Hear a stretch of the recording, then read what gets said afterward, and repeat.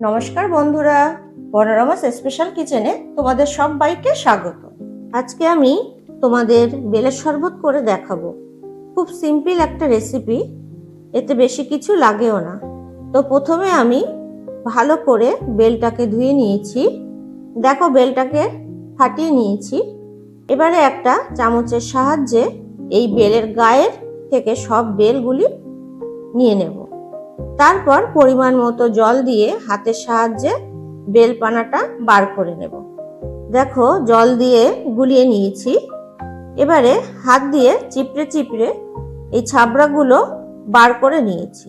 এবারে একটা ছাঁকনির সাহায্যে বেলপানাটা ছেঁকে নেব। বেলপানাটা ছাঁকা হয়ে গেছে আর এই ছাবড়াটা বেরিয়েছে। এইভাবে যদি না ছাঁকা হয় তাহলে বেলের শরবতটা কিন্তু খেতে ভালো লাগবে না। তো তার জন্য অবশ্যই বেলপানাটা তোমরা ছেঁকে নেবে। এবারে এই বেলপানার মধ্যে দিয়ে দেব হাফ চা চামচ বিট নুন, 4 টেবিল চামচ চিনি আর হাফ চামচ পাতিলেবুর রস, মানে একটা পাতিলেবুর হাফটা দিয়ে দিচ্ছি। এবারে ভালো করে একটা চামচের সাহায্যে মিশিয়ে নেব। হয়ে গেছে। এবারে বেলের শরবতটা গ্লাসে ঢেলে নেব।